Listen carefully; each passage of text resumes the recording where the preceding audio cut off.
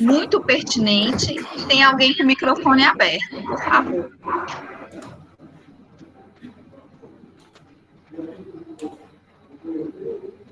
Gente, por favor, verifiquem os microfones. Ótimo, melhorou. Então, nós acreditamos que essa temática que nós vamos trabalhar nesta tarde, ela é muito pertinente a todos os públicos, sejam os alunos de iniciação científica, os pesquisadores, professores, quem tem está ainda iniciando esse caminho da pesquisa, quem já tem muitos anos de pesquisa, porque a temática sobre normalização é uma temática que sempre gera dúvidas na gente. Então, por mais que na nossa carreira profissional nós tenhamos 10, 15 anos de pesquisa, a gente sempre vai consultar as normas para poder formatar os nossos trabalhos científicos, os nossos artigos. E é muito importante que a gente, então, de tempos em tempos, estejamos estudando um pouco mais sobre essa questão da norma. Eu vou iniciar a apresentação, aí vocês me sinalizem se estão visualizando ou não. Professora Fernanda, eu vou estar com você, aí eu sinalizo aqui, ok? Tudo bem? Pode compartilhar a sua tela.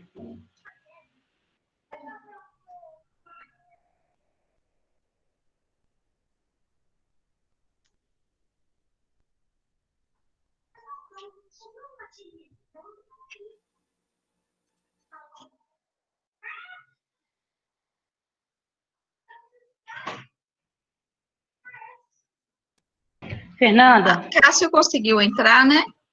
Conseguiu. Aí. Oi, Cássio. Finalmente, boa noite. Certo. Boa noite. Quase boa noite. Boa tarde ainda, né? Eu falei com o pessoal que, para não delongar mais o tempo de espera, eu iria iniciar a sua apresentação e, quando você entrasse, você assumiria. Mas que bom que deu certo. Eu desejo a você muita tranquilidade nesse momento, depois desse estresse que a gente acaba vivenciando, né, por causa dessas tecnologias. E o Cássio, eu tenho já trabalhado com ele desde a graduação, é um prazer, o Cássio é enfermeiro, e agora nós temos a oportunidade de trabalharmos juntos no processo de doutorado. Então, ele é meu orientado no doutorado. Então, passo a palavra para Cássio.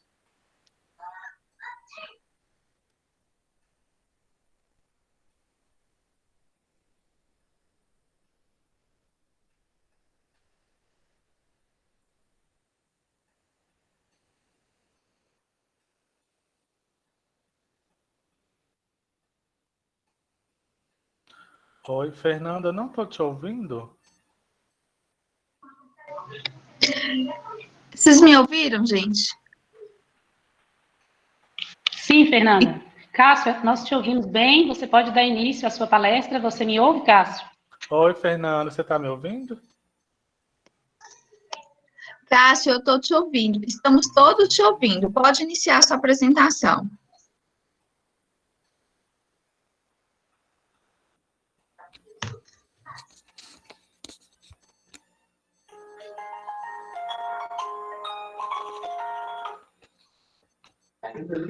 Rosa, não estou conseguindo ouvir, Fernanda. Eu acho que ela não está me ouvindo. Ah, tá. Tá joia, beleza. Tá. Gente, boa noite. Vocês estão me ouvindo bem? Sim. Ok, então, desculpa, né, boa noite a todos. Meu nome é Cássio de Almeida, eu sou enfermeiro, egresso da Unimontes, sou estudante regulado, doutorado em Ciências da Saúde da Unimontes também. Primeiramente, gostaria de pedir desculpas pelos problemas técnicos, né? Eu acho que a Maria Fernanda já deve ter se manifestado aí anteriormente, né, se apresentado. Qualquer problema, por favor, vocês me avisem aqui ou pelo chat, né? Ou, né, dão um ok aqui.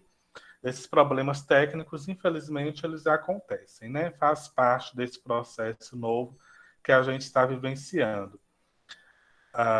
Então, sem mais delongas, eu vou começar a apresentação, né? Então, hoje é mais um dos nossos seminários da iniciação científica, né? Seminários de introdução à pesquisa científica da Unimontes, do programa de pós-graduação em cuidado primário de saúde, do programa de pós-graduação em ciências da saúde, é o nosso projeto de extensão como retorno para a comunidade acadêmica, né? Sobre a pesquisa. Então, acho que a gente pode começar, né, tendo em conta aí o atraso que a gente teve, infelizmente, né? Vou iniciar aqui a apresentação e aí, qualquer coisa, né, vocês vão me avisando aqui, por favor. Deixa eu colocar aqui, apresentar agora.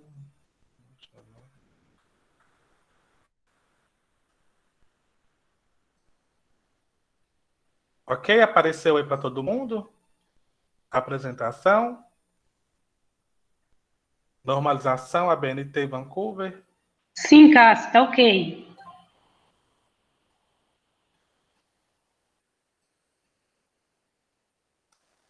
Posso começar então, né? Então, gente, hoje o tema nosso de hoje é sobre as normas, né, de ABNT, da Associação Brasileira de Normas Técnicas, e as normas do estilo Vancouver, né?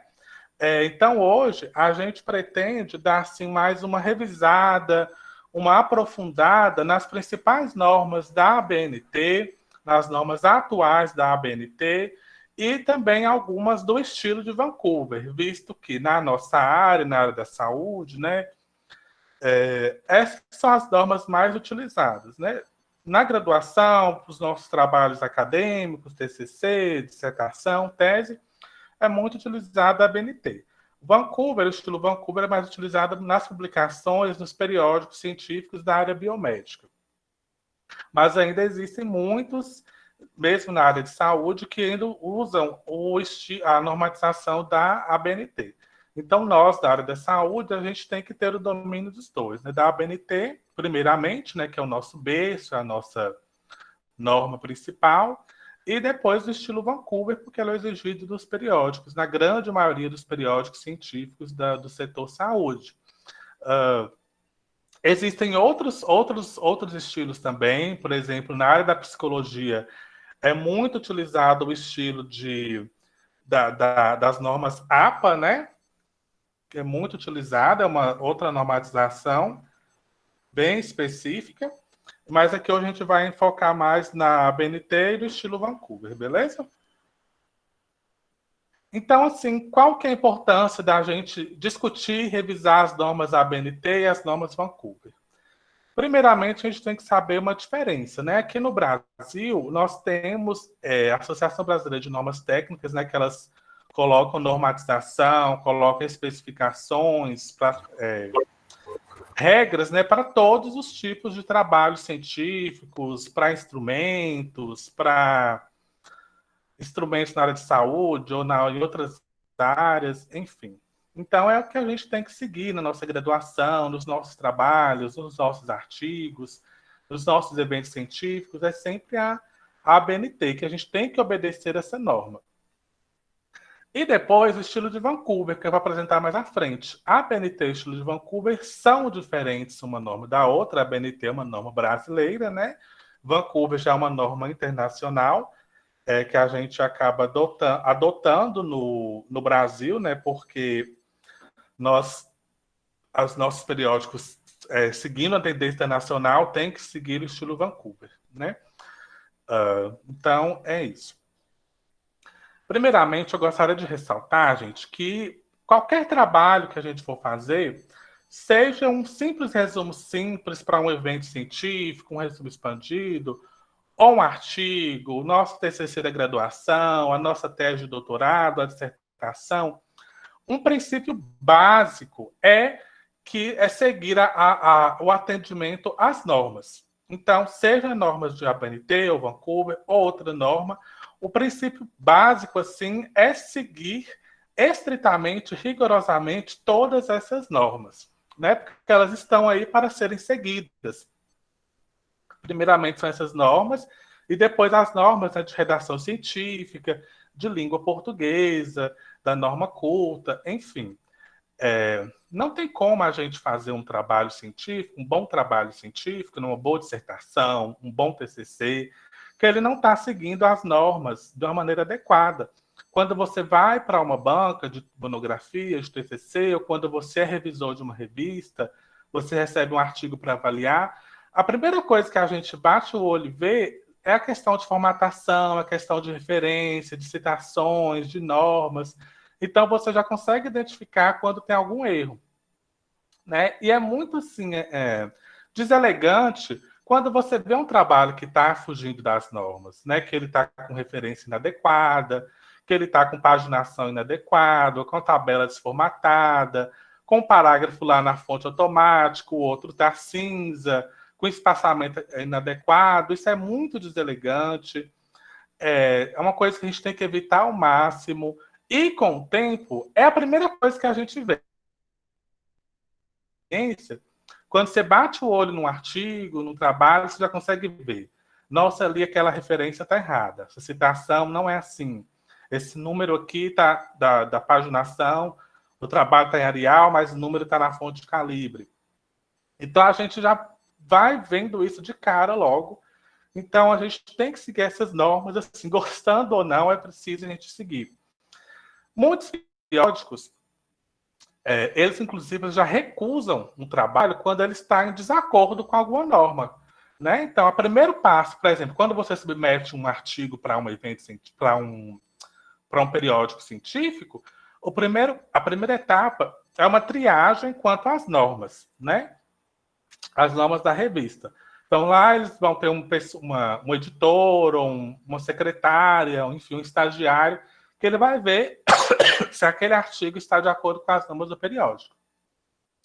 Se tiver qualquer errinho, tem revista que se tiver um ponto e vírgula lá em negrito, que não é para estar em negrito, se tiver faltando um descritor lá que era com inicial maiúsculo e está com minúscula, eles já voltam o trabalho para a gente corrigir, aí você tem que fazer a correção, mandar de volta.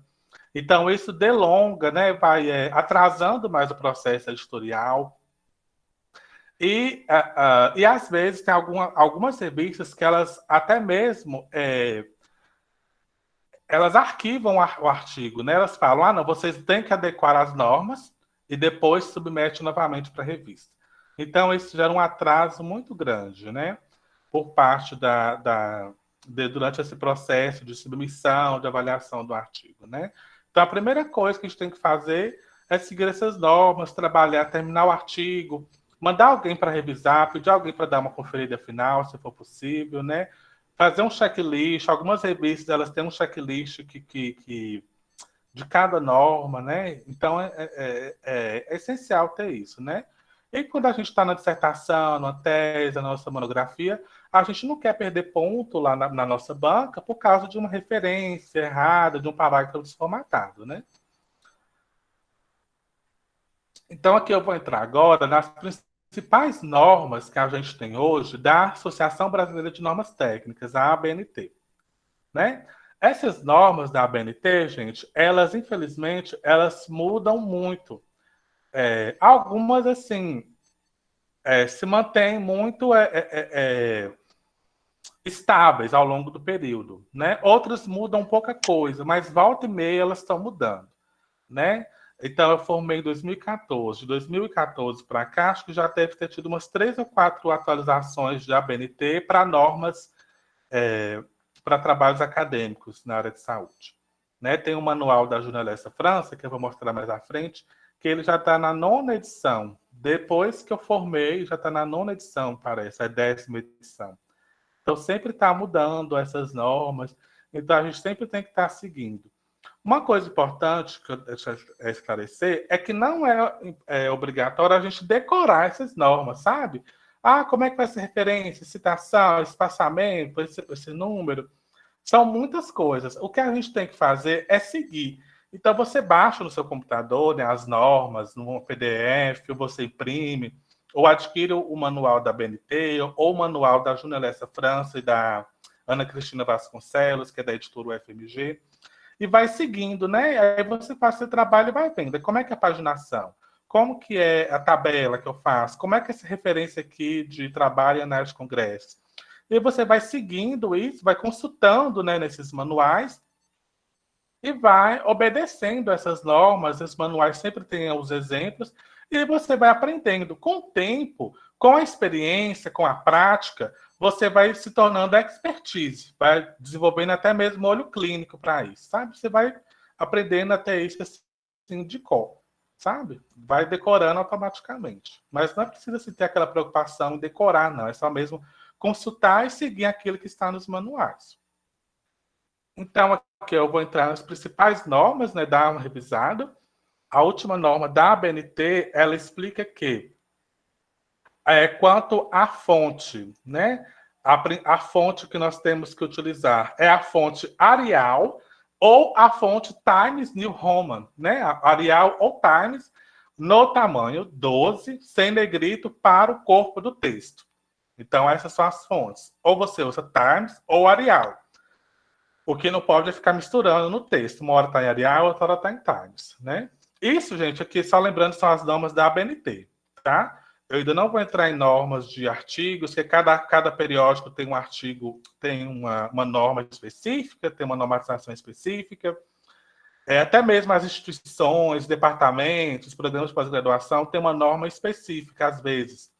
Então, eu estou entrando aqui nas normas da ABNT, as normas gerais, assim. Você tem que adotar uma folha tamanho A4, com espaçamento entre linhas de 1,5 linhas, né, 1,5, que é o espaço 1,5, a margem superior e esquerda, né, superior e esquerda de 3 centímetros, e as margens inferior e direita de 2 centímetros. Isso está na formatação do seu arquivo no Word. Né, os arquivos, geralmente, eles devem ser paginados com um número arábico no canto superior direito da página, a partir ali da segunda página ou da folha de rosto, que você vai contando. Se for do artigo, é da primeira página. Esse número, lembrando que esse número também tem que ser na mesma fonte e no mesmo tamanho do texto. Então, se você está usando Arial ou Times, tem que seguir Arial. Se é Times também na numeração.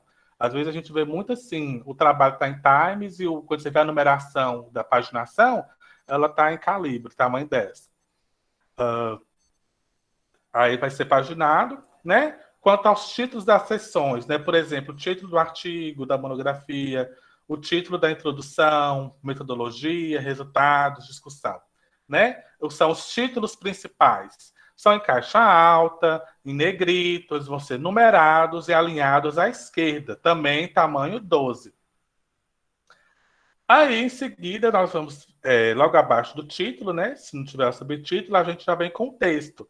O texto, ele é justificado, então não é nem alinhado à esquerda nem à direita, ele é justificado.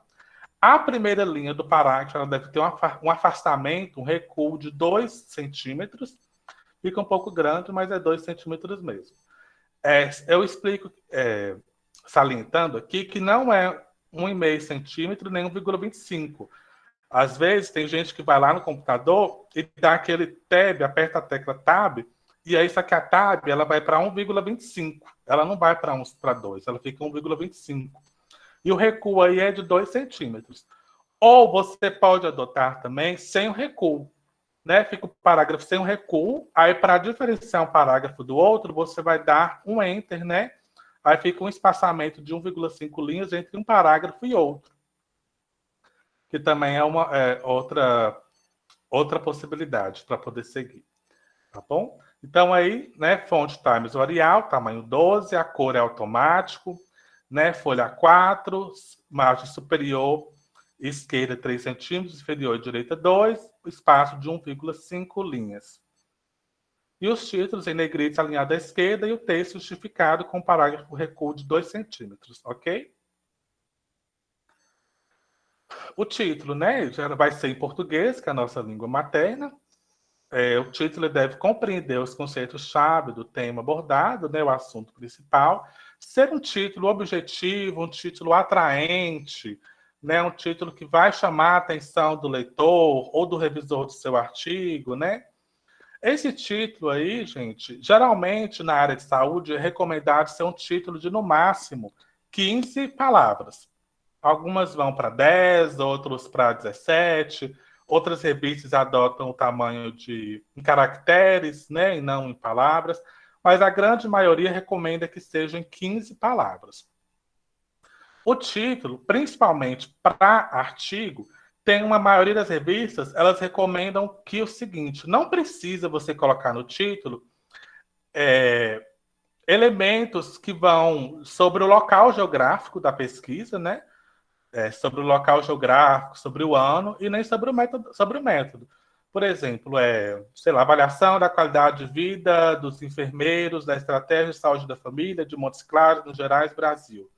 Então, essa localização geográfica, ela não precisa, né? Ou você coloca lá, avaliação da qualidade de vida dos enfermeiros, da saúde da família, estudo transversal. Esse estudo transversal não precisa. Isso é o que a grande maioria das revistas, elas pedem.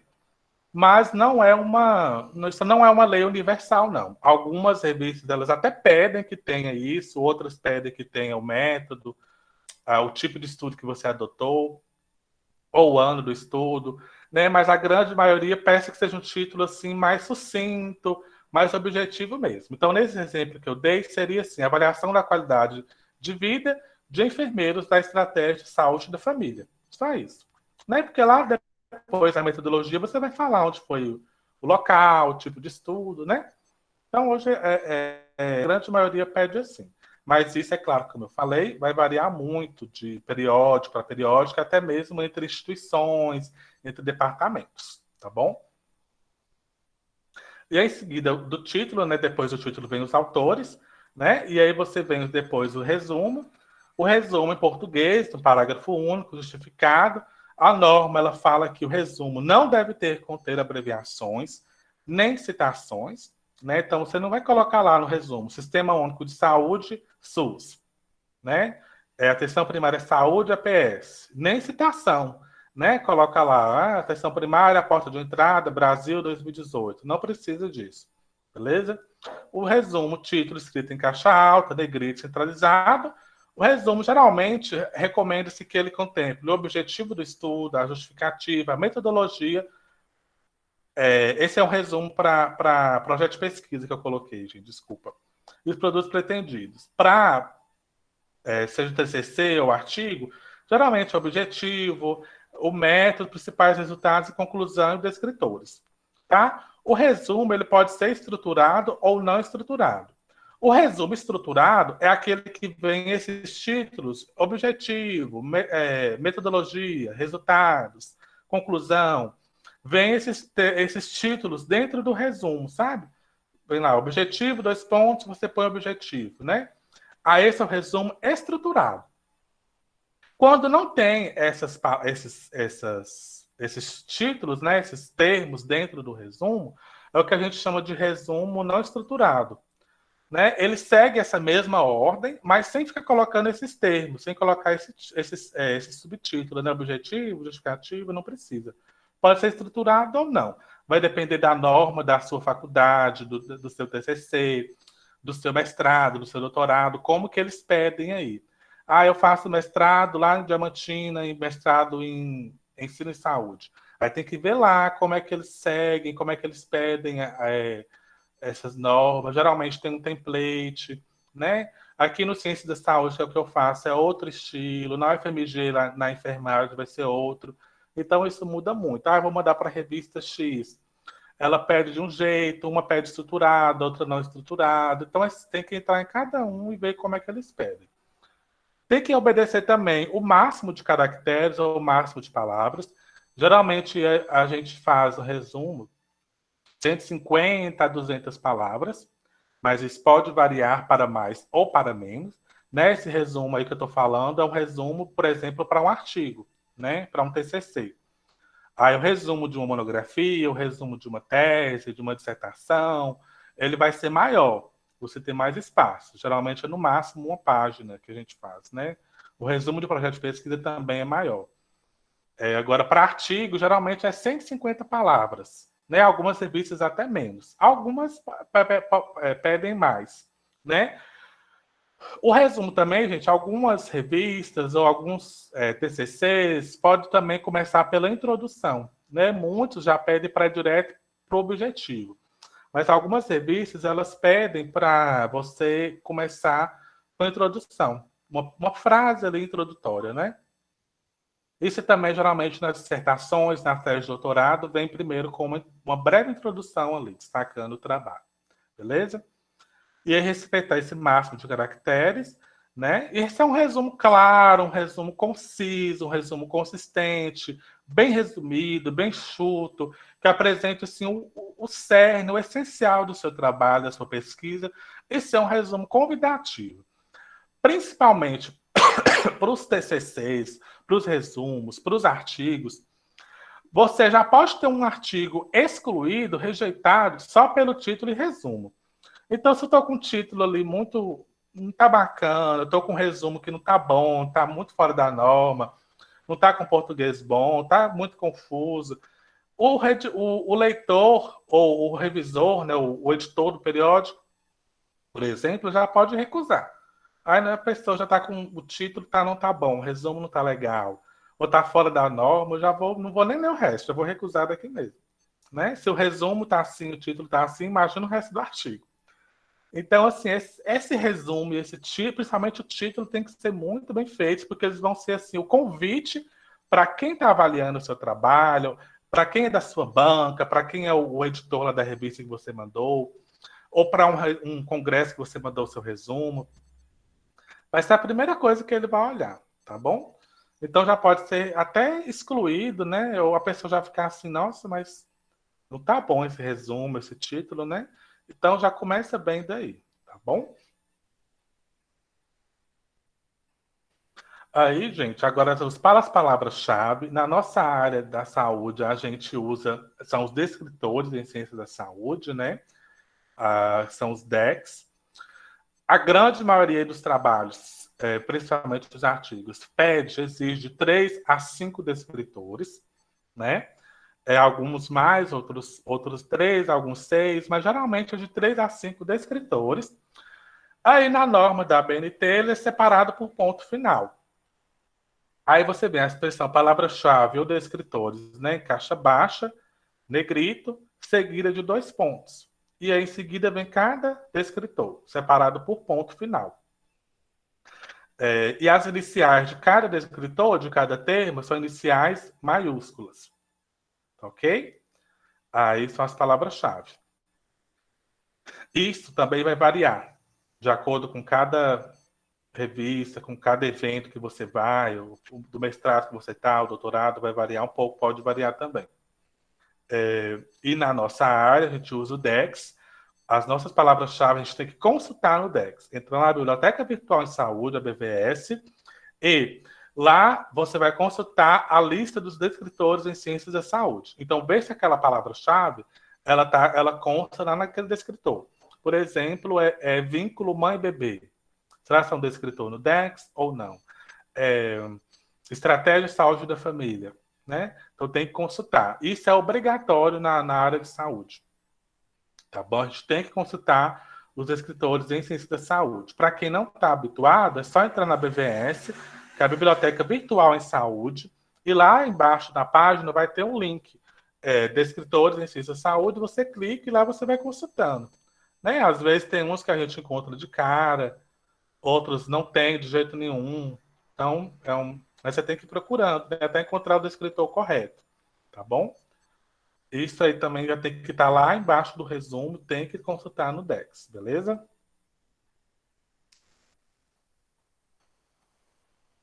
Gente, até aqui tá ok? Vou passar agora para a parte de citações, tá? Mas até o momento tá tudo beleza? Eu vou continuar. As citações, gente, é o seguinte. Citação é tudo aquilo que você pega de outro autor, né? Você pega um trecho, uma frase, um parágrafo, né? De outro autor, de um outro artigo, de um livro, de um capítulo de livro. Então, citação é o que não é da gente, é que você pega de outro autor e você vai reescrever, reestruturar no seu texto, no seu trabalho, tá bom? Então é o seguinte, a norma da BNT, ela fala o seguinte, de 2 ou 3 autores, né, você coloca os sobrenomes, são separados por ponto e vírgula. Eu vou apresentar à frente vários exemplos e depois um artigo que fica mais claro de ver isso, fica de entender. Principalmente para quem ainda está começando. Os sobrenomes são separados por ponto e vírgula. Isso é quando eles vêm no final da frase ou no final do parágrafo, quando eles não estão no corpo do texto, tá? Então você põe ponto e vírgula, não é vírgula, nem é o e, né? Por exemplo, se eu coloco uma frase, no final dela lá eu coloco os autores entre parênteses. Aí vem, por exemplo, Almeida, Ferreira, Leite, 2014. Como que vai ser? Almeida, em caixa alta, em letras maiúsculas, ponto e vírgula, Sobral, também caixa alta, ponto e vírgula, Leite, vírgula, espaço, 2019, por exemplo, e fecho parênteses. Não é vírgula, não fica colocando não é em letra minúscula, não tem aquele ezinho que é tipo de cobra, de musiquinha. Então tem que ser assim, tá? A gente vê muito erro nisso aí. Se for no corpo do texto, né, você colocou lá, por exemplo, segundo Furtado, Leite e Almeida, né, o Sistema Único de Saúde, parará. Você colocou no começo.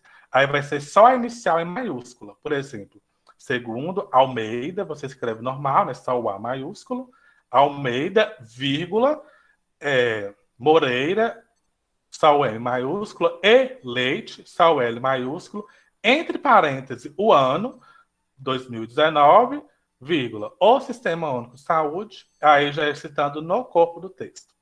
Eu vou mostrar mais à frente, fica mais claro.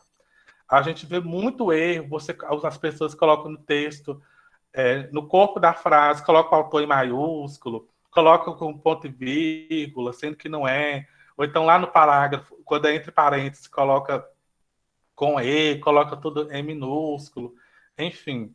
Então, isso é uma coisa que a gente vê muitos erros assim. Então, quando na BNT é quando você tem de 1 a 3 autores, você cita todos os autores. Quando eu falo os autores, são os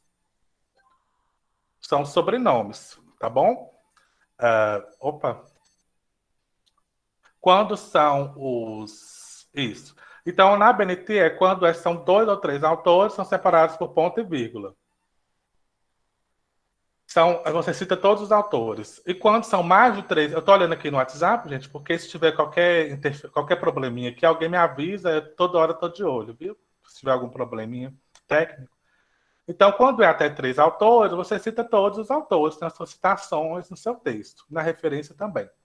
Quando você tem 4 autores ou mais, aí você vai citar somente o sobrenome do primeiro autor, seguido da expressão etiol, que é uma expressão latina. Essa expressão ela vem em itálico, o ponto final dela é só depois do L, né? Eu vejo muito assim, o pontinho, a pessoa coloca o ponto lá no T, né? O ponto é lá no L, depois do L, e ele também é itálico.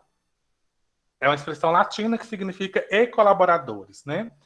Então, quando é com mais de 4 autores, você coloca etiol. Por exemplo, né, Brito etiol 2020.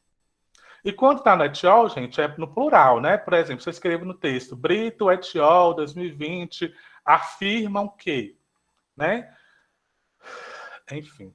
Então, você vai colocar esse etiol sempre em itálico. Beleza? As citações diretas, aí a gente tem 2 tipos de citações, que são as citações diretas e as citações indiretas. A citação direta é aquela que eu copio e colo, dou Ctrl+C, Ctrl+V, sem mudar nada do que o autor original escreveu. Então, eu pego lá um parágrafo dele inteiro, a metade de um parágrafo, uma frase dele, eu copio e colo e não mudo. É uma citação literal, é uma citação direta. Você não muda o que o autor escreveu. Isso é muito utilizado, principalmente na área das ciências humanas, do direito, na história, na filosofia, eles usam muito citação direta. Na nossa área, raramente a gente vê citação direta, a gente usa mais a citação indireta. Tá? Então, a citação direta você copia e cola sem mudar. Quando ela é até 3 linhas, você vai inserir ela no texto mesmo, no corpo do parágrafo ali, entre aspas, com o autor, o ano e o número da página onde você pegou. Toda vez que é citação direta, você tem que colocar o número da página também, tá? Do artigo ou do livro onde você pegou. Então, é o autor, o ano e a página. Se a citação direta ela é de 4 linhas ou mais, ela é acima de 3 linhas, né? 4 linhas ou mais, ela já vem com recuadas. Então, elas vão ver como parágrafo independente, digitado em espaço simples, não é espaço e meio, é espaço simples, que é o espaço 1,0, e ela é recuada a 4 centímetros da margem esquerda, tamanho 10, sem aspas. Vou dar um exemplo à frente, fica bem claro. Tá? Então, é recuada a 4 centímetros, o espaçamento é simples, ela tem que vir no tamanho de fonte menor que o texto, então, se eu estou fazendo o texto com a fonte Arial, tamanho 12. Essa citação direta longa, ela tem que vir tamanho 11 ou tamanho 10, com espaçamento simples, recuado a 4 centímetros. E aí você põe autor, ano e página. Não é que seja proibido usar a citação direta longa, mas é que na nossa área não é muito utilizado, não é muito recomendado, porque ela dá uma ideia, assim, parecendo que você só foi lá no texto, aí eu copiei, colei, não mudou em nada, sabe? Então você não teve um trabalho, um exercício intelectual de escrita, você só foi copiando e colando o que outras pessoas escreveram. Então por isso que ela não é muito recomendada. Agora, na área, por exemplo, das ciências humanas, como eles escrevem muito e eles utilizam muitas ideias de autores, de correntes teóricas, de clássicos, que eles não preferem nem mudar, eles querem enaltecer, né, aquela ideia do autor, aquele conceito, então eles usam muito a citação direta longa, direta curta. Não é que esteja errado, é mesmo uma questão mais de áreas, que as áreas de conhecimento elas variam muito nesse estilo de escrita, né? O que tem que seguir, é claro, é a norma, né? E aí, quando a citação direta longa, é sem aspas, beleza? Gente, outra coisa importante é que na nossa área também, a gente totalmente recomendado não fazer citação de citação, que é o famoso APUD, né? Quando você sai pegando lá, você entrou no artigo, aí o autor do artigo citou um outro autor, né? E aí você vai lá e copia e cola. Aí isso é APUD, ou citação de citação. Isso não é recomendado fazer APUD, tá bom? Só quando não tiver jeito mesmo, quando for um autor muito raro, que você não conseguiu acesso à fonte original, que você vai fazer. Por que eu digo isso? Porque você tem que ir direto na fonte, você tem que procurar qual foi o artigo que realmente falou aquilo, o livro, né? Qual foi o trabalho do evento que utilizou aquela citação. E o que a gente vê muitas vezes é que as pessoas simplesmente copiam e colam de vários autores, e quando você vai procurar a citação original, né, ela não é daquele jeito. Ou às vezes não é aquele autor que citou. Eu estou fazendo um artigo, aí tem lá, eu copio e colo uma citação lá de Lima. Aí você vai procurar o Lima, no artigo do Lima, chega lá no artigo do Lima, não é o Lima, ele citou outro autor. Quando você vai procurar outro autor, ele citou outro autor. Então, nunca que aí você vê o original, ou às vezes a pessoa até referencia incorretamente, ou a ideia do autor não era exatamente aquela, ele estava escrevendo outra coisa. Então, não recomendado fazer citação de citação e nem APUD. Procure a fonte original. Tem algumas dúvidas que eu sei que algumas pessoas devem estar pensando aí, eu vou explicar isso mais à frente, porque tem muitas dúvidas em relação às citações. Aí aqui eu dou um exemplo de citação indireta, né? Que é aquela citação que a gente usa muito. Aí eu dou 2 exemplos. Quando você cita o autor no final do parágrafo, no final da frase, ou às vezes não nem no final da frase, mas no meio da frase também, né? Eu posso fazer uma frase com com 2 autores ou mais. Então tem a citação direta aí, né? De Pinafo, Nunes e Gonzalez. Então é assim. No texto vai estar no espaçamento e meio, né? Aí vocês veem tudo em caixa alta, né, que é maiúsculo, separados por ponto e vírgula, coloca um espaço entre cada autor, e aí você coloca o último autor, vem vírgula, e seguido do ano, tá ok? Agora, no corpo do texto já é diferente. Você coloca só o ano entre parênteses, né? Segundo Schmidt et al., que Schmidt são mais de 3 autores, né? 4 autores ou mais, o et al. Itálico e só o ano entre parênteses. Beleza? Ali, se fosse, por exemplo, Pinafo, Nunes e Gonzalez, igual você tem o Schmidt, se fosse no corpo da frase, do texto, aí seria assim, o Pinafo, vírgula, Nunes e Gonzalez, 2012, entre parênteses. Tá ok? Só uma observação, pessoal, é o seguinte, em relação aos autores, tem uma observação, quando as pessoas têm sobrenomes compostos, ou sobrenomes que dão ideia de filho, de neto, tem que colocar os dois sobrenomes.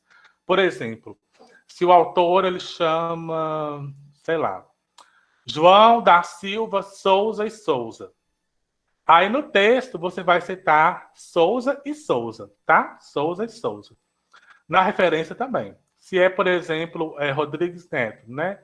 João da Silva Rodrigues Neto. Aí você vai colocar Rodrigues Neto. Se é, por exemplo, Marcelo Alves Pinto Júnior. Aí você vai colocar Pinto Júnior no seu texto, beleza?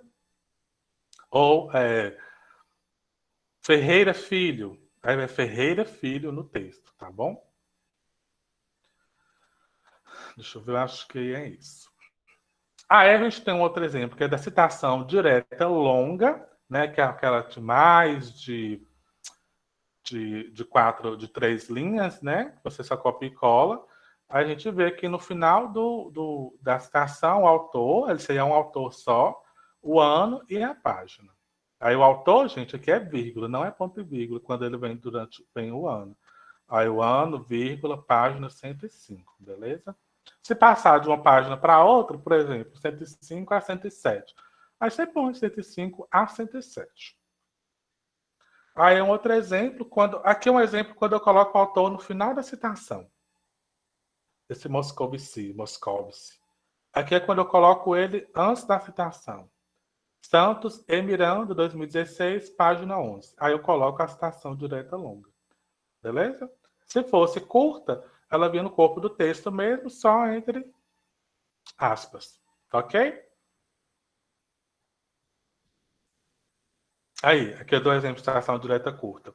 Aí, segundo Moscovici, 2015, página 49.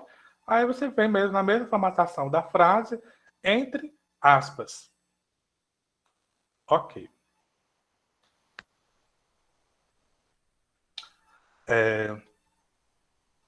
De citação, gente, eu passo agora para a questão das referências.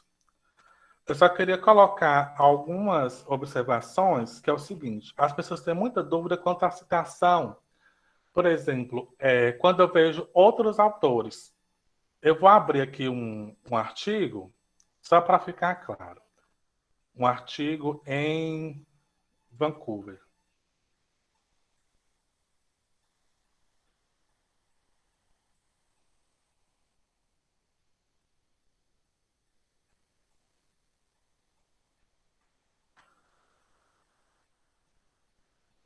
Tá aparecendo o artigo para vocês?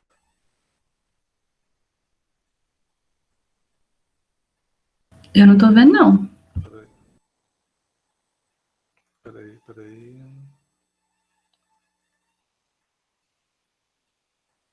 Eu vou colocar o artigo aqui, peraí. Um momento. Isso, tá aqui. Agora apareceu, né, o artigo? Beleza. Então, aqui, esse artigo está em Vancouver. Como eu falei, a maioria hoje é em Vancouver. Então, as pessoas têm muita dúvida, assim. Aqui, por exemplo. Eu venho aqui esse primeiro parágrafo aqui na introdução, né? E a gente está aqui, né? O pós-parto, aí termina esses termos. Aí tem aqui 1 e 2. Né? Aqui 3 e 4. 3 e 5. Porque aqui é no estilo Vancouver. Muita gente, o que acontece? Pode parecer que eu estou sendo assim, muito preciosista com o que eu estou falando, muito ao pé da letra. Mas, assim, é a norma que é assim, e até mesmo uma questão ética também, né? Só que esse 1 e 2 aqui não é o autor desse parágrafo que está falando, né? Não é o autor desse artigo, são outros autores. Porque aqui está em Vancouver e coloca a numeração. Então, quando você vai colocar, você tem que citar, é o autor que está escrevendo isso aqui. Então, se eu for pegar essa frase, aqui está 1 e 2, né? Então, eu tenho que ir lá na referência e consultar quem é 1 e 2, que são esses dois autores aqui. Beleza? Aí, o correto é você ir direto a essas referências e procurar aquela citação, se realmente elas são desse autor, desses dois autores, e se realmente é aquela ideia que eles estão falando. Muitas vezes não, acontece às vezes de não ser essa citação, não ser desse ano, ou às vezes a ideia do autor ser um pouco diferente. O que muita gente faz é só vir aqui, copia e cola o parágrafo inteiro e cita como se fosse desses autores do artigo. E isso está errado, porque mesmo que esses autores reescreveram isso aqui, mas a fonte original, ela é de outros autores. Aí vocês podem me questionar, Cássio, mas o artigo, o autor não pegou, ele não foi lá e escreveu, ele já é outra ideia, ele escreveu outro parágrafo baseado em outros, então eu não posso citar ele, ou citar ele com os outros. Enfim, algumas pessoas têm esse entendimento, né? Tem essa perspectiva. No entanto, o que eu sei, que eu conheço de norma e também de uma questão ética, é você ir diretamente na fonte e citar quem realmente falou aquilo. Tá ok? Às vezes isso nem sempre é possível, mas é um exercício difícil. Esse exercício de redação científica, de escrita acadêmica, é um exercício trabalhoso, às vezes até penoso, tá bom? Mas ele é assim. É melhor você fazer assim do que às vezes, né, você não fazer e ser questionado, né, ser criticado. Pode acontecer até mesmo quando você tem um artigo publicado, de a pessoa te rechaçar aquilo, né? Hoje acontece muito isso, por exemplo, você publicou um artigo, falou que foi a pessoa tal, o João, a Maria, e depois eles mandam uma carta para a revista, né? Uma carta ao editor, falando, olha, no artigo tal, do autor tal, eles estão falando que a gente escreveu isso, isso e isso, mas eu já vi isso numa revista uma vez. Mas a gente nunca falou isso, não foi exatamente isso que a gente escreveu no nosso artigo, a gente quis dizer outra coisa, enfim. Então, é um exercício trabalhoso, mas eticamente, seguindo a norma, ele acontece dessa forma. Deixa eu voltar agora para a apresentação.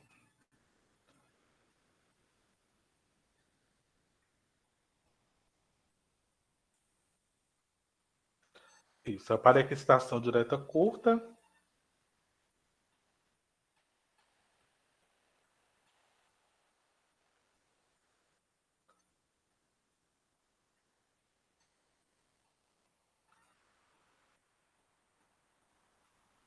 E agora eu passo para a parte das referências. As referências, mais uma vez relembrando, todas têm que seguir o padrão da ABNT, se o seu trabalho é em ABNT. Outra coisa, gente, mesmo as referências, elas podem seguir, ter variações. A norma da ABNT, ela é muito clara quanto às referências, citações, quanto a trabalhos, tudo. Mas o que acontece é que na prática isso tem muita variação. Você vê muito de uma revista para outra, por exemplo, mesmo uma revista que ela segue a BNT, às vezes você vê algumas assim que elas pedem que o autor, lá no texto, seja no corpo da frase, no final, ele seja em caixa baixa. Umas pedem que na referência você coloca só a inicial do nome, né, dos nomes. Outras você já vê que elas têm que se colocar cada nome do autor, né? Por exemplo, Maria Ribeiro Almeida, você põe Almeida, vírgula, M.A. Outras pedem que não, você tem que colocar Maria Almeida, vírgula, Maria Ribeiro. Então, isso varia, apesar que tem uma norma, mas ela varia muito, principalmente entre as revistas. A revista pode pedir, eu quero que seja em negrita, a outra em itálico. Então, quando você está escrevendo, principalmente para uma revista, tem que seguir a norma da revista, tá bom? Ou se você está lá fazendo a sua dissertação, o seu TCC, segue a norma da sua instituição, do seu mestrado, da sua graduação, porque também pode variar. Se tiver faltando alguma coisa lá que tiver esclarecido, você vai buscar na fonte da ABNT, tá bom? Então, isso aqui, mesmo que a norma, pode ter variações aí. O que não pode ter variação é de pessoa para pessoa da norma, né? Ah, porque meu orientador prefere assim. Ah, por que você fez assim? Ah, mas porque eu segui a norma atual da BNT, ela fala assim, né? Aí é que eu vou colocar alguns exemplos principais de referências, tá? Não vou colocar todos os modelos, todas as normas de tudo aqui, porque não dá, né? Colocar as principais que a gente mais usa na nossa área de saúde. Primeiramente, são as de artigos científicos, né? Só lembrando, gente, que na nossa área, enfermagem, medicina, odonto, é muito cobrado que nas nossas referências a gente use referências recentes, né, dos últimos 5 anos, que sejam referências de artigos científicos, de periódicos científicos, de revistas, né, dos últimos 5 anos. É muito recomendado que você não utilize nas suas referências, não utilize livros, capítulos de livros, monografias, teses, dissertação, referências antigas, páginas de internet, manual do Ministério da Saúde.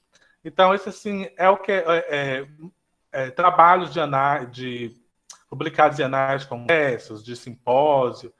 Isso é o que é chamado de literatura cinza, literatura cinzenta. As revistas, assim, abominam isso. Tá? Então, assim, as referências da gente, elas têm que, na área de saúde, tem que ser muito artigo dos últimos 5 anos. Tá? Geralmente, as revistas colocam um limite. Acho que é 80%, 90%, uma coisa assim. Por exemplo, pelo menos 80% das referências do seu artigo tem que ser de artigos de revistas científicas dos últimos 5 anos. E aí você tem um restante ali que você pode colocar um manual do Ministério da Saúde, uma política, uma portaria, um livro, um capítulo de livro, né? Então, assim, a maioria tem que ser de artigo de revista e recente. E também colocar nacional e internacional. Ok? Agora, claro, não é que é proibido usar livro, capítulo de livro, ou manual do Ministério. Isso pode utilizar no artigo, desde que seja uma coisa essencial, né? Tem alguns autores que não tem como. Se você está falando, por exemplo, de rede de atenção à saúde, vai ter um livro ali do Eugênio Vilas Mendes que você tem que citar, né? Vai ter uma portaria ali do Ministério da Saúde, lá de 2005, que você tem que citar, né? Se eu estou falando de educação em saúde, vou ter um livro lá do Paulo Freire que eu tenho que citar no meu texto, lá de 1995, que não tem como eu não citar esse texto, né? Isso não tem problema. Ou, por exemplo, se eu estou usando um instrumento validado no meu artigo, né? Que foi um instrumento lá de 1989, 1995, aí você pode utilizar, na verdade tem que utilizar na metodologia, né? Aí não tem problema. Ou alguns autores que trazem conceitos e tal, você pode citar, mas dentro de uma quantidade. Aí você tem que olhar na revista qual é essa quantidade que você pode citar, se é de 20%, 10%, 15%, e colocar, e obedecer isso, né? E se o revisor, se o editor da revista questionar, você explica, é porque essa é uma portaria que eu tenho que citar, é porque o autor do artigo original da validação, do instrumento que eu estou utilizando, que eu tenho que citar na metodologia, é porque esse livro aqui é do esse autor X, na pesquisa qualitativa, por exemplo, usa muito livro, né? Que eu tenho que citar esse autor, não tem um autor, mas não tem uma versão mais recente. Então, assim, tem uma margem aí que aceita isso, né? Aí você, se alguém te questionar no seu artigo, ou na sua banca, ou na apresentação de um trabalho, um evento, aí você explica isso, tá bom? Mas aí, lembrando que a grande maioria tem que ser de artigos recentes, beleza? Aí eu dou 2 exemplos de referências de artigos, né, em ABNT. As referências da ABNT é o seguinte, gente, elas são hoje em espaçamento simples, né, que é 1,0, alinhadas à esquerda, então não é mais alinhada, não é mais justificada, a referência é alinhada à esquerda, com espaçamento simples de 1,0, e entre cada referência você dá só um enter, né, só um espaço de 1,0. E vai passando de uma para outra, né? Dá um enter, faz a próxima, dá um enter e faz a próxima. Ok? 1,0, um enter entre cada referência, alinhadas à esquerda, espaço simples. Em ordem alfabética. Também em ordem alfabética, tá bom? Outra coisa, quando você terminar seu trabalho, terminei meu TCC, confira se todos os autores que você citou no corpo do texto estão nas referências citadas e se todas as referências elas estão no corpo do texto. Porque você pode ter algum autor que você esqueceu de citar, de colocar nas referências, ou você pode ter alguma referência sobrando ali que não foi citada no texto. Então tem que conferir no final se os autores foram citados no texto, se os autores que estão no texto estão nas referências, e se tudo que está na referência está no texto também. Para nem sobrar referência e nem faltar referência lá no seu trabalho, beleza? Aí aqui eu tenho um exemplo de um artigo que os autores são 1, 2, 3, 4, 5 autores. Né? A norma ela coloca o seguinte, que você tem 3 autores, quando você tem mais de 3 autores, 4 autores ou mais, você pode colocar, ou você pode pôr o primeiro autor e colocar etiol, como nessa referência abaixo, ou você pode citar todos os autores. Tá bom? Ou eu ponho aqui, por exemplo, Dobu, etiol, ou eu cito todos. Ela te dá essa liberdade. Agora, o que você tem que fazer é seguir um padrão, né? Em todo o seu trabalho. Eu não posso ter lá uma referência e coloco um etiol, primeiro autor etiol. Na outra eu cito todos os autores. Né? Então não pode ter essa bagunça. E o que também acontece às vezes, que eu vejo muito, é que as pessoas elas misturam muito. Uma referência está em Vancouver, outra está em ABNT, outra está em APA. Às vezes a referência, os autores estão em ABNT, as informações do artigo já estão em Vancouver, o título está na norma APA, então vira uma bagunça. Você bate o olho assim, você vê. Aí está uma no espaçamento 1, outra está no espaço duplo, uma está com etiol, outra não está, então tem que se padronizar. Se eu vou colocar o título da revista em negrito, tem que ser todas em negrito. Se eu vou colocar etiol, tudo em etiol, se for mais de 3 autores. Se eu for citar todos os autores, todas as referências têm que ser todos os autores. Então, tem que seguir um padrão em todas as referências do seu trabalho. Esse é um trabalho que é bom você fazer durante a escrita, você já fazendo as referências, as citações da referência, já deixando salvo, e depois, no final, você vai fazendo essa revisão de cada referência, se tá ok. Tá ok?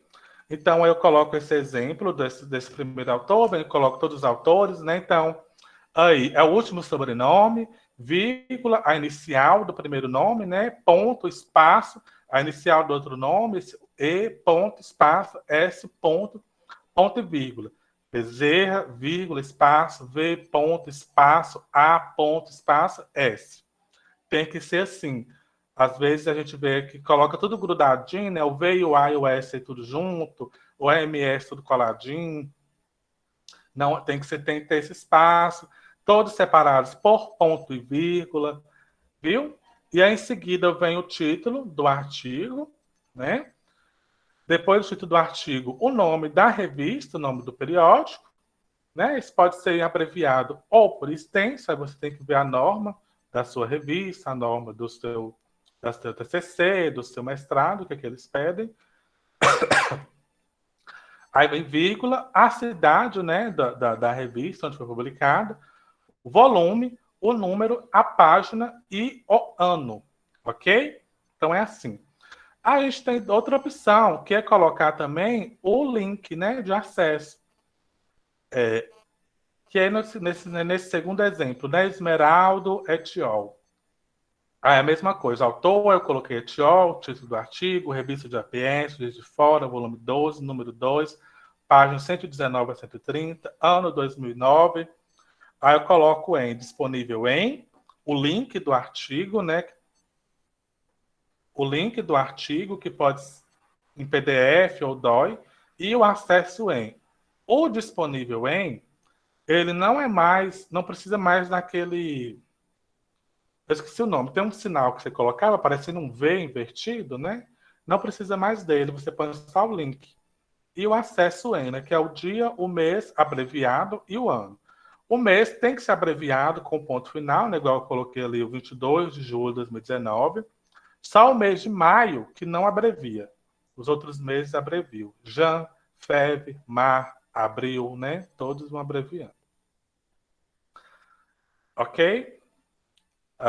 Aí agora eu dou um exemplo de livro, capítulo de livro. Apesar do que eu falei antes, não é que é proibido usar livro, não, gente, pelo amor de Deus. Ainda mais aí nas dissertações, nas teses, né? Se o pessoal das ciências humanas me ouvir falando isso, vai, porque eles usam muito livro, capítulo de livro, né? Não vai gostar. Ali a gente tem a mesma coisa, né? 3 autoras, pólice, sobrenome, vírgula, D, ponto, espaço, F, ponto e vírgula, título em negrito, título do livro, 7ª edição, a cidade da editora, a editora. Quando você tem a editora, não precisa colocar, por exemplo, assim, Porto Alegre, editora Artimédio, não. Você põe só o nome da editora. O ano, vírgula, ano e o número de páginas. Aí é um exemplo de livro. E abaixo tem um exemplo do capítulo de livro. Você vê o autor do capítulo, ou os autores do capítulo, o título do capítulo, não é em negrito. Aí você vê o IN, vai ser as informações do livro. Um livro, né, que ele tem um livro, e cada capítulo tem autores diferentes. Ele é uma coletânea de capítulos, que cada capítulo tem autores diferentes. Beleza?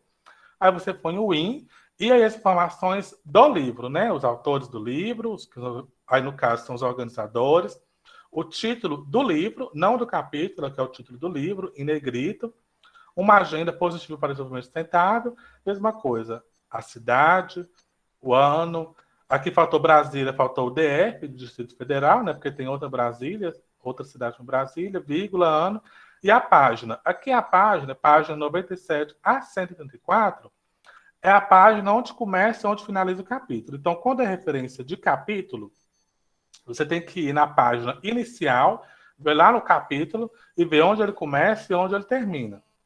Né? 97 a 134. Quando é referência do livro, você está citando só o livro, igual esse exemplo de cima, de Pollitt, é o número total de páginas do livro. Quando é capítulo de livro, você põe a paginação somente do capítulo e no final. Ok? Aí o exemplo de referência de monografia é para a monografia, dissertação de mestrado, tese de doutorado, é a mesma coisa. Tá bom? É o mesmo modelo. Aí a autora, depois da autora, o título da tese, que é em negrito, o ano, ponto, o número de folhas. Aí não é número de páginas, é o número de folhas. Aí é uma tese, né? O doutorado em saúde pública, traço, Instituto de Saúde Coletiva, Universidade Federal da Bahia, Salvador. Então é assim, autor, título do trabalho, ano, número de folhas, se é tese, se é dissertação, se é monografia, se é monografia de graduação ou monografia de especialização ou de residência. E aí o departamento, né, o instituto e a universidade e a cidade. E ponto final. Ok? Aí, gente, tem muitas outras. Essas são as que a gente mais usa, principalmente de artigos. As outras tem que consultar nos manuais, né? Porque para cada coisa, para cada tipo de material, tem uma norma diferente. Aí é só relembrando aqui, né, para quem está escrevendo principalmente projeto de pesquisa, dissertação e tese, né? A diferença entre apêndice, né, e anexo. O apêndice é o documento que é elaborado pelo próprio autor, que é um documento suplementar, né? Você põe ele lá no final do trabalho, igual você está escrevendo sua dissertação. Aí você fez o questionário, um roteiro de entrevista qualitativa, um roteiro de entrevista que você fez, por exemplo, né? Semi-estruturada. Aí você põe aquilo como apêndice, foi você que colocou. Aí você numera no no texto ele é codificado por letras, né? Apêndice A, apêndice B, apêndice C, D. E nessa mesma ordem tem que aparecer no final do seu trabalho. Dissertação, ou da sua tese, ou da monografia.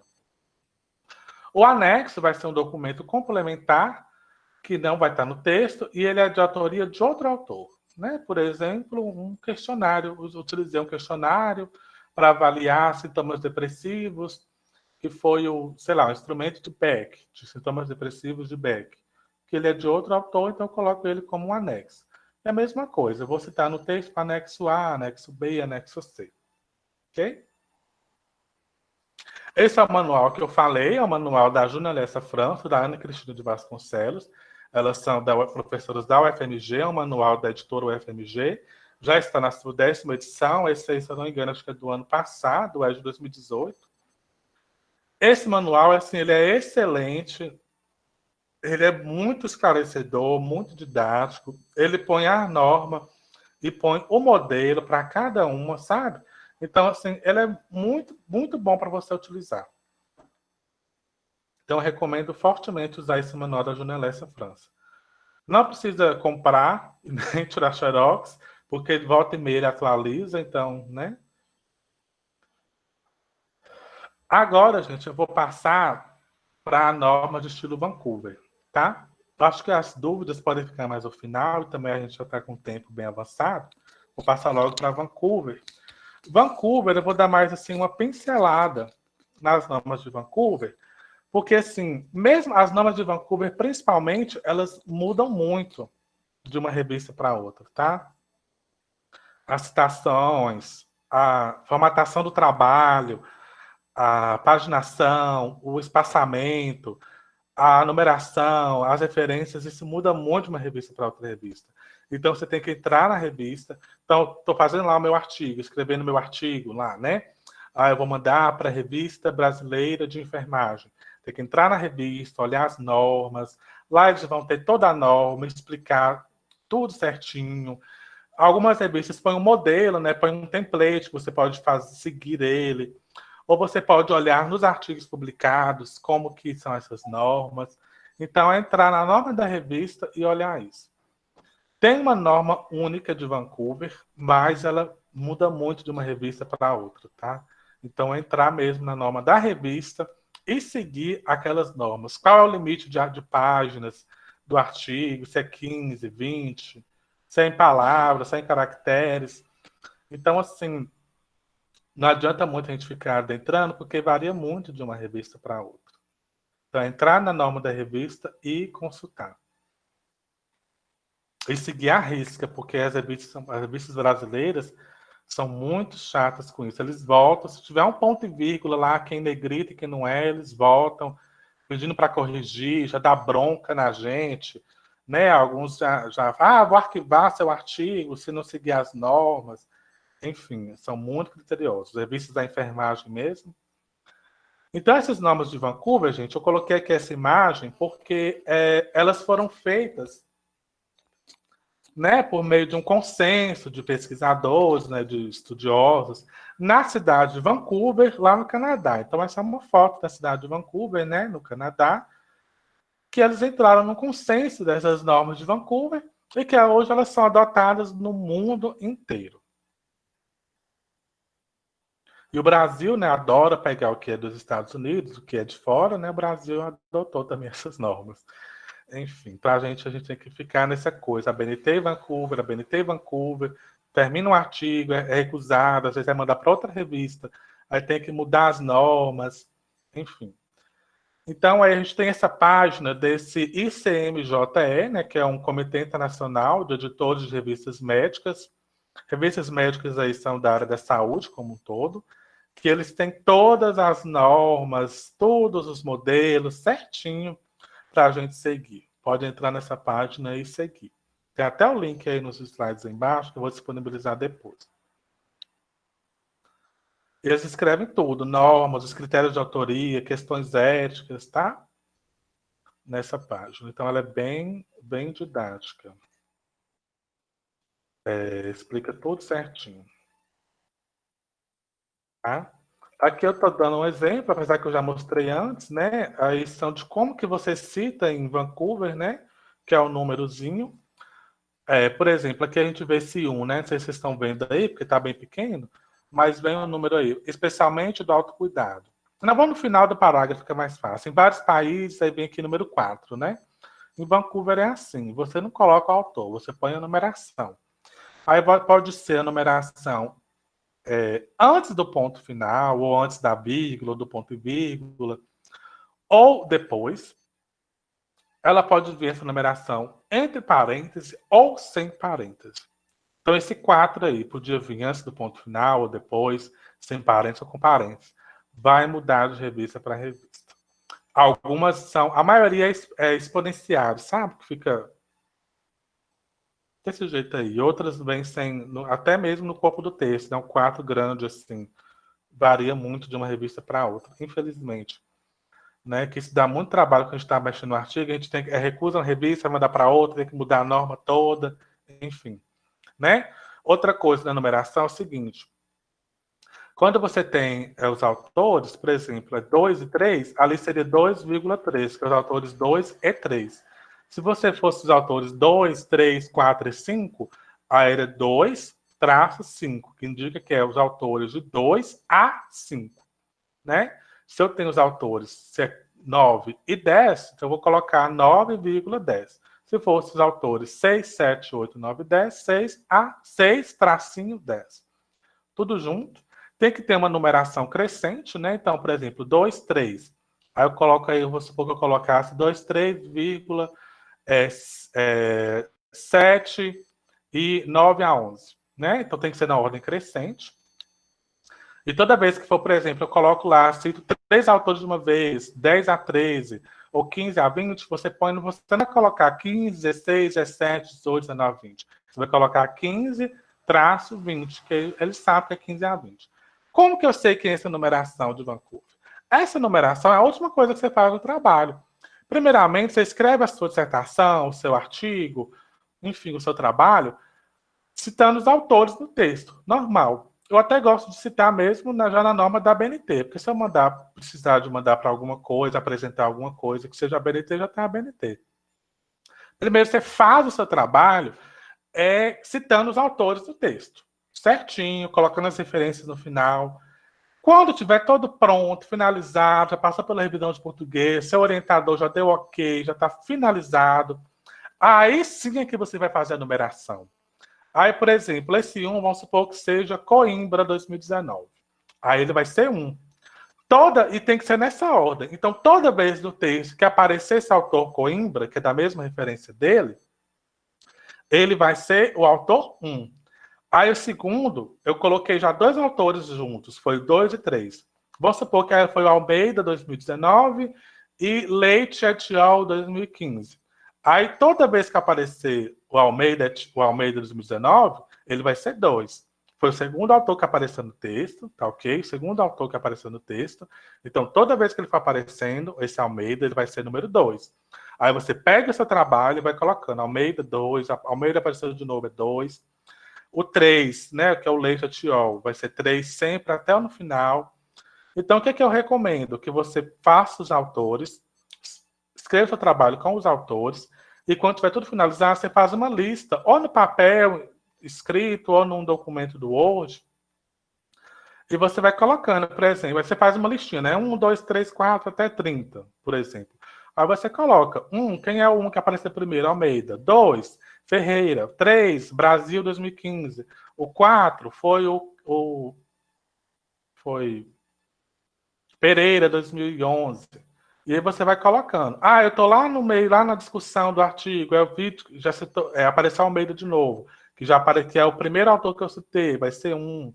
Aí você vai fazendo essa listinha no Word, né, ou no papel, e depois você passa para essa numeração.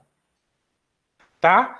Só faça isso quando o trabalho estiver totalmente finalizado, porque depois que você vai fazer isso depois, vai mudar a ordem, você muda um parágrafo de lugar, uma frase de lugar, um autor, tira um autor, põe outro autor, vai mudar a ordem da numeração do artigo inteiro. E isso dá um trabalho do cão, para depois você saber quem é aquele 1, Você não sabe quem é. Quem é aquele 2? Então, se você colocou um autor novo, colocou uma frase nova, mudou um parágrafo de lugar, tirou uma referência, muda essa numeração toda. Então, tem que fazer isso só lá no final mesmo, tá? E ter essa listinha salva para você saber quem é quem. Então, a referência de Vancouver ela é mais trabalhosa. O bom é que ela economiza mais espaço. Ela economiza mais espaço, o texto fica mais limpo, né? Outra coisa, tem muitas pessoas que falam, para que você vai fazendo isso, manual? Já tem, já tem muitos softwares, né? Programas de computador, que eles explicam, eles ensinam como que você faz. Não, eles fazem essas referências automaticamente, citação. Eu não tenho domínio, confesso para vocês, e muitos são pagos, você tem que comprar, tá? Outros, assim, eu não sei, minha experiência, parece que você tem que preencher, coloca, cada autor vai preencher, você vai fazer referência X. Aí tem que ficar preenchendo autor, coloca o título do artigo, o ano, então vai dar o mesmo trabalho. Eu até hoje eu faço tudo manualmente, tudo manualmente, as referências, citações, a numeração toda, eu faço assim, eu não tenho domínio desses programas, e eu não sei se realmente na prática eles são tão bons assim. Porque às vezes você tem que ficar preenchendo tudo para depois, ao mesmo dar o mesmo trabalho que você está fazendo aqui. E às vezes até desformata, quando você manda para outra pessoa, fica tipo um link, um hiperlink, às vezes desformata de um computador para o outro. Tem revista que não aceita com aqueles links, aquela. Porque ele quando você usa o programa, ele fica. Faz um recurso tecnológico lá que muda tudo. Aí às vezes a revista não aceita aquilo. Enfim, eu prefiro fazer manualmente, assim, eu sou mais tradicional. Beleza? Aí a gente tem alguns exemplos de referências em Vancouver, né? Aí vocês veem que o autor, por exemplo, já não usa autor em caixa alta, né? Você usa em caixa baixa, a gente não usa negrito, não usa itálico. Ali, por exemplo, essa revista ela pede o link, né? Quando é online, igual um artigo online, essa referência 2, então você põe São Paulo, médico, é o título abreviado, outra coisa, Vancouver, quase sempre. Acho que sempre é o título abreviado da revista. Tem que ser o título abreviado. E não é você que abrevia, isso você tem que ver no artigo, ou no site da revista, ou na BVS, como é o título da revista abreviado, tá? Aí vem entre colchete ali, né? Internet, ponto, o ano, quando que foi citado, né? Citado 2017, março 18, que é um sistema já em inglês que eles usam, né? Ponto e vírgula, aí vem o 127 ali, é o volume daquela edição, daquela revista. Entre parênteses está um número, 2 pontinhos, aí vem o ano não, desculpa, a paginação, 329 a 334. Vocês veem que o 329, a 334 não colocou 3, só colocou 329-34. Isso porque repete o 3. Então, eu tenho ali a página é 329 a 334. Então, o 300, ele repete, né? 329, 334. Então, ali eu não preciso repetir o 3, porque eu já sei que é de 300 ainda. Se fosse, por exemplo, 121 a 129, aí eu colocava 121-9, porque você já sabe que repete ali o 1 e o 2, que é de 121 a 129. Aí você corta. A grande maioria pede assim. E aí vem o link, né? Essa revista aí, o link dela é do artigo em PDF. Outras revistas pedem o link do DOI. Quando o artigo ele tem o DOI, você põe em vez de colocar o link em PDF, você põe o DOI, né? Outras pedem que você coloque o link do artigo em PDF e o link do DOI, ou o número do DOI. Você põe disponível o link em PDF e depois o link do DOI. Outras pedem só o link do DOI, né? Outras só o link em PDF. Outras não pedem link nenhum, é referência pura, sem link, sem internet, sem nada. E outras ainda vão ser a referência pura e no final você põe o DOI. Isso muda muito de revista para revista, ok? Minha sugestão é quando você está fazendo seu trabalho, você ainda não definiu a revista, o evento que você vai mandar, é você colocar sempre o link ali do DOI e o link do arquivo em PDF. Tá bom? Porque se a revista pedir, que tem que ter as referências, tem que ter o link do PDF, o link do DOI, você já tem pronto. Se não tem, se não pedir, você vai ficar guardado, né? Porque pode ser que precisa, pode ser que não. Então, dá mais trabalho se você não salvar os links, né, do PDF, do DOI, e depois você tem que procurar você tem que voltar na internet procurando cada artigo, né? Então, é bom já deixando ali nos seus fichamentos, nos seus arquivos, já deixando salvo o link em PDF e o link do DOI. Tá? Aí já tem um exemplo das referências já meio diferente, que já é no site oficial de Vancouver. Esse ali está um primeiro artigo citado em revista, um artigo, 3 autores, né? Esse Halper, aí vem os autores, né? Vocês veem que já é juntas as iniciais de sobrenomes, elas vêm juntas, não tem ponto e vírgula, nada disso. É só a inicial aqui em maiúscula. O título do artigo é que o título da revista é abreviado, o ano que eles colocaram mesmo, 25 aqui é da data, né? Aqui o número 347 é o volume do artigo, entre parênteses é o número e aqui é a página. Aqui, esse terceiro aqui, né, de Rose, aqui colocou os autores, né? Separados por vírgula, título do artigo, título da revista, aqui o ano, ponto e vírgula, 935 é o volume, aqui o número 1 a 2, página 40 a 46. Outra coisa, gente, em Vancouver, é o seguinte, nas referências, você vai colocar, quando é até 6 autores, você cita todos. Se tem 6 autores ou mais, se tem mais de 6 autores, você cita até o 6º autor e coloca etiol. Igual esse exemplo aí de Rose. Então, quando é até 6, você cita todos. Se tem mais de 6 autores, você cita os 6 autores na referência, isso na referência. Você cita os 6 autores e coloca o etiol. Tá bom? Geralmente não é itálico esse etiol, não. E você põe. No texto vai ser em numeração, né?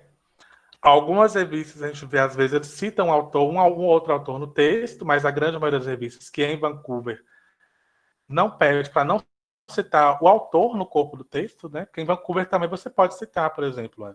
Colocar lá, igual esse Rose, né?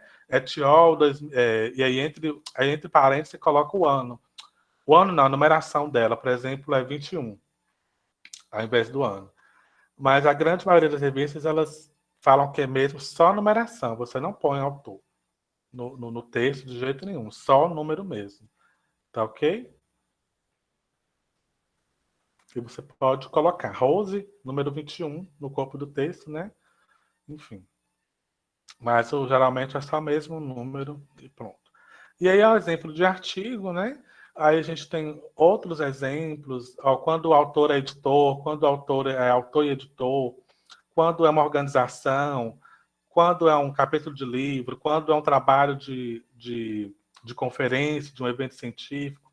Tem todos esses modelos, esses exemplos aí. Nessa página tem. E também as revistas, geralmente, elas dão, nas referências, elas explicam todos esses modelos, todos esses... Cada item por item como é que faz, ela explica detalhadamente lá nas referências. Tá bom? Isso não precisa preocupar, né? É você mesmo ir lá e consultar e seguir aquela norma como modelo, né? Apesar que a grande maioria dos nossos trabalhos, 90%, a gente vai usar só artigo, né? Geralmente, não obrigatoriamente. Ok? Aí, gente, essa é a página oficial das normas do estilo de Vancouver. Ok? Para quem quiser seguir. Mas, se você estiver mandando um artigo para uma revista, é olhar a norma da revista. E aí, só para terminar, né, eu vou falar um pouco de plágio, né, gente? Hoje, essa prática de plágio, ela tem sido, assim, muito perseguida pelas revistas, né, na nossa área. Enfim, o que é plágio, afinal de contas? O plágio, por muito tempo, na minha graduação, eu formei em 2014, a gente aprendeu que plágio é quando você copia e cola uma frase, parágrafo, né? De algum quadro de algum autor, de um outro trabalho publicado, né? E você não cita aquele autor, né? Você não cita a referência, não cita o autor e não cita a referência. Eu aprendi que plágio é isso. Plágio, assim, ao pé da letra é isso, é você citar uma pessoa sem você referenciar aquela pessoa, sem citar e sem referenciar aquela pessoa.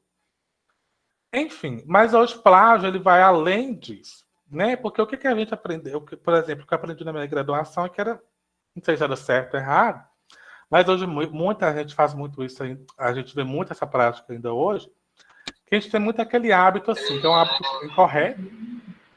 A gente copia, por exemplo, eu estou lá escrevendo meu trabalho, eu peguei um parágrafo do autor, estou fazendo a minha introdução do meu artigo, né? Aí você copia e cola vários parágrafos, frases de outros autores, de livro e tal, e vai montando a sua introdução. Aí você vai lá, não, copiei e colei esse parágrafo aqui desse autor, desse artigo. Não, aí a pessoa vai lá e muda, muda uma palavra, muda outra palavra, tira uma vírgula, pega uma vírgula, apaga uma frase e pronto. Ah, não, vou copiar e colar aqui, mudar só 2 palavras aqui desse parágrafo, citar o autor e pronto. Copia e cola aqui essa frase, do jeito que tá, só tira essa vírgula aqui, só tiro aqui esse pronome, põe um autor no final. Isso hoje tem sido considerado plágio.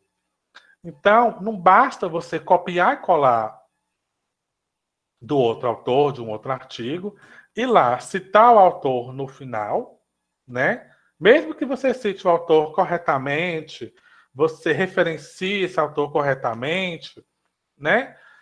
Mas você não pode mudar só uma ou 2 palavras, ou tirar uma vírgula e pronto, tirar uma frase, mudar uma palavra de lugar, colocar um sinônimo.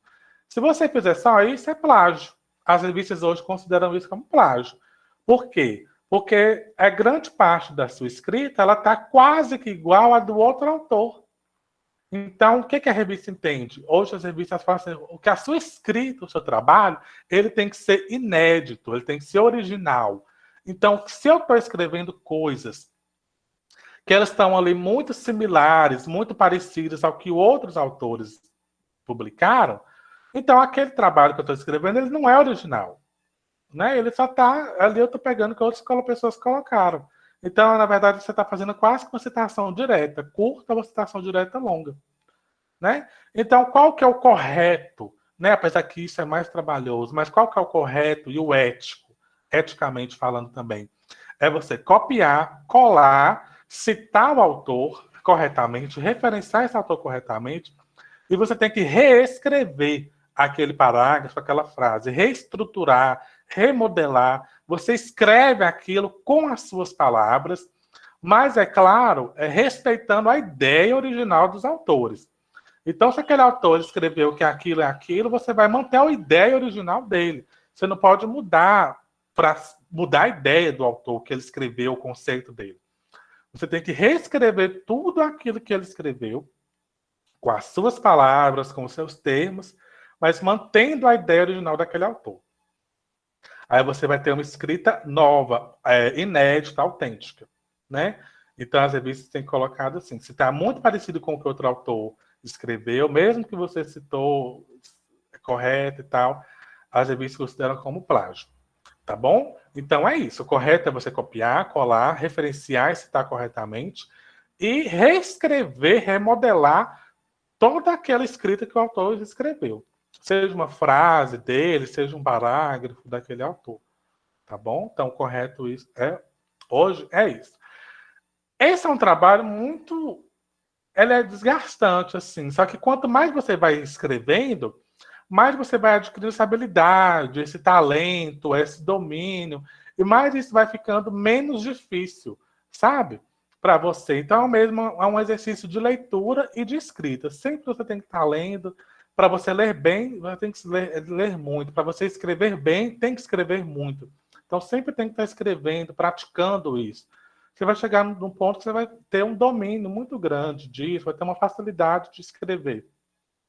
E vai escrever bem, né? Seu estilo de escrita vai ser respeitado, você vai ter até mesmo um estilo pessoal de escrita, né?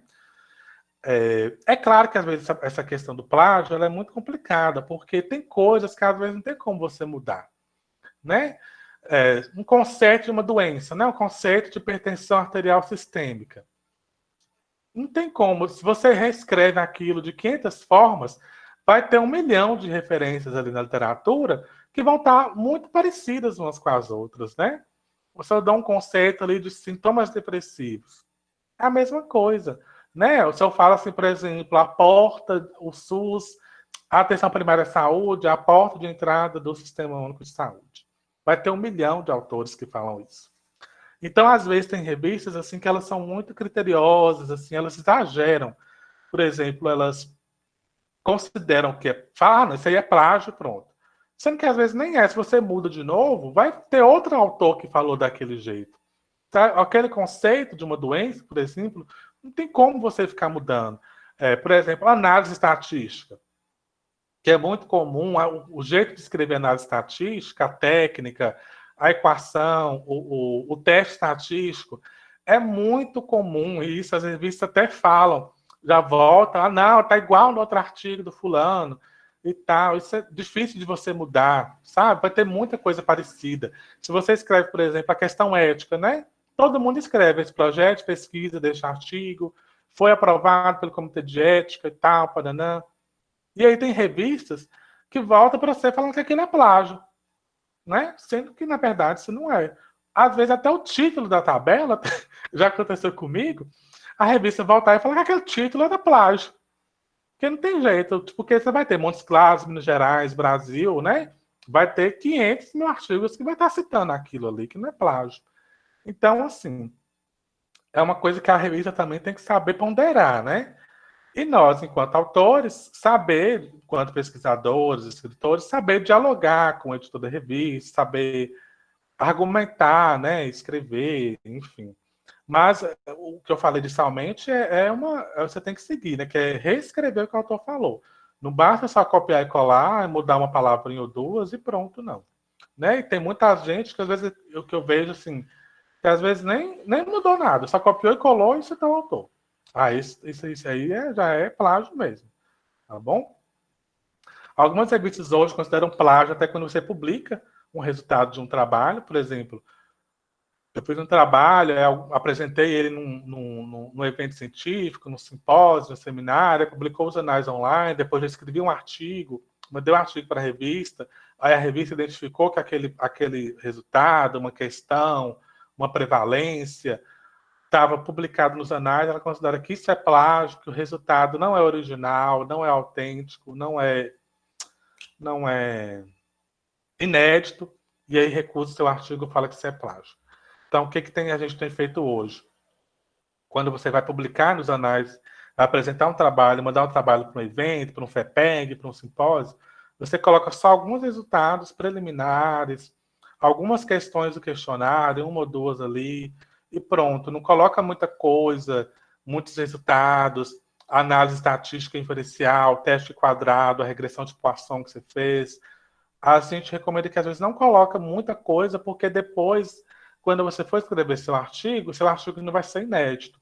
Aí a revista ela pode voltar, falar para você, olha, você já publicou esse resultado ali em outro evento, já está online. Então, isso, para mim, a revista pode entender que isso é plágio. Assim, é claro que isso assim, tem muitas controvérsias, tem muita discussão, né? Igual isso que eu estou falando de publicar resultados, né? Vai variar muito do entendimento de cada revista, de cada editor, de cada autor, de cada orientador também. O que eu estou falando assim, são coisas que estão acontecendo hoje, não sei se são felizes ou infelizmente, né? E que a gente tem que estar atento.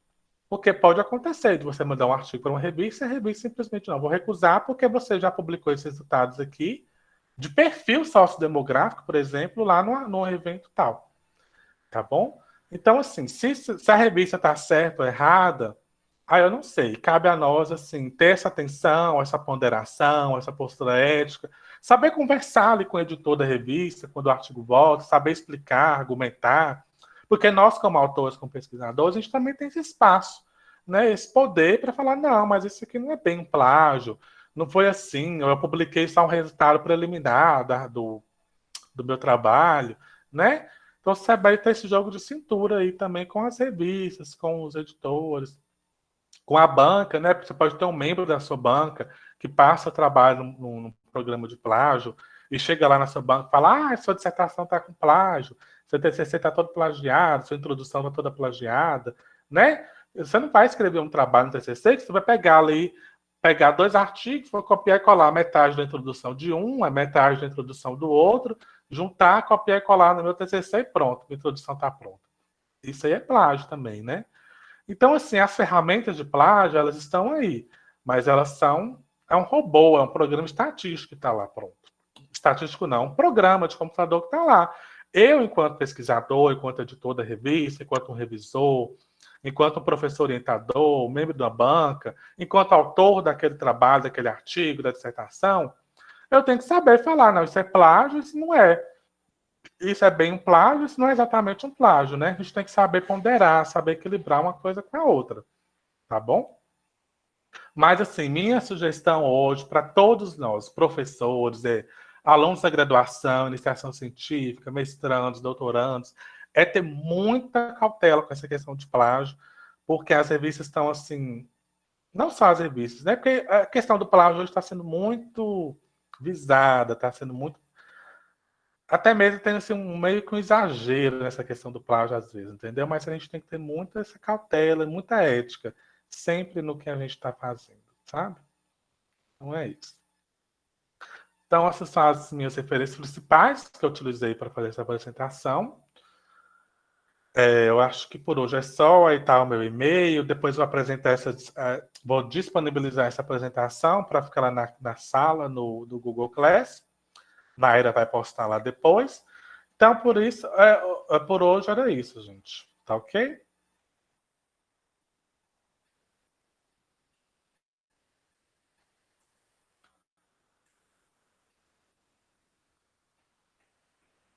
Cássio, Sei você que me vai demorar um escuta? pouco, mas é muita coisa, e mesmo assim eu tentei resumir ao máximo essas normas, porque é muita coisinha que tem, então não tem como. A gente tem que mesmo pegar o manual, pegar as normas da revista, ou lá do seu mestrado, do seu doutorado, e seguir, né? Não tem segredo, não.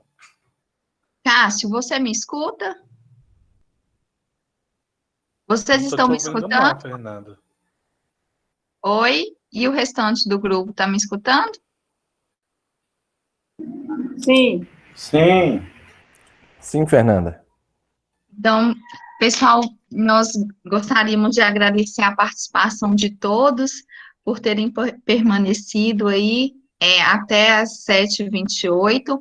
Nós sabemos que esse conteúdo é um conteúdo complexo, ele é muito minucioso, cheio, né, desses detalhes, o que pode, né, trazer uma certa dificuldade a princípio na compreensão, só que nós precisamos de ter esses conteúdos para nos relembrar, para tirar as dúvidas, e o mais importante é praticar. Então, essa é uma orientação, né? Esse seminário nos traz esse conhecimento, renova, né, as nossas lembranças enquanto a questão da normalização, mas o que faz a gente se apropriar desse conteúdo realmente é você praticar, é você colocar a mão na massa, na escrita ali, melhor dizendo, né? Então, eu gostaria de dar boa noite, agradecer o Cássio, infelizmente ele não está me escutando, pela condução da aula, achei que foi muito clara. Se surgirem dúvidas, vocês podem mandar lá no virtual. Pelo avançar do horário, hoje não abriremos para o momento de tirar dúvidas, ok, pessoal? Mas muito obrigada por terem permanecido na aula até esse momento, e como dia 11, é 11 que é feriado, né, gente? Então, nós não teremos o seminário e retornaremos no dia 18. Um abraço a todos e boa noite. Boa noite.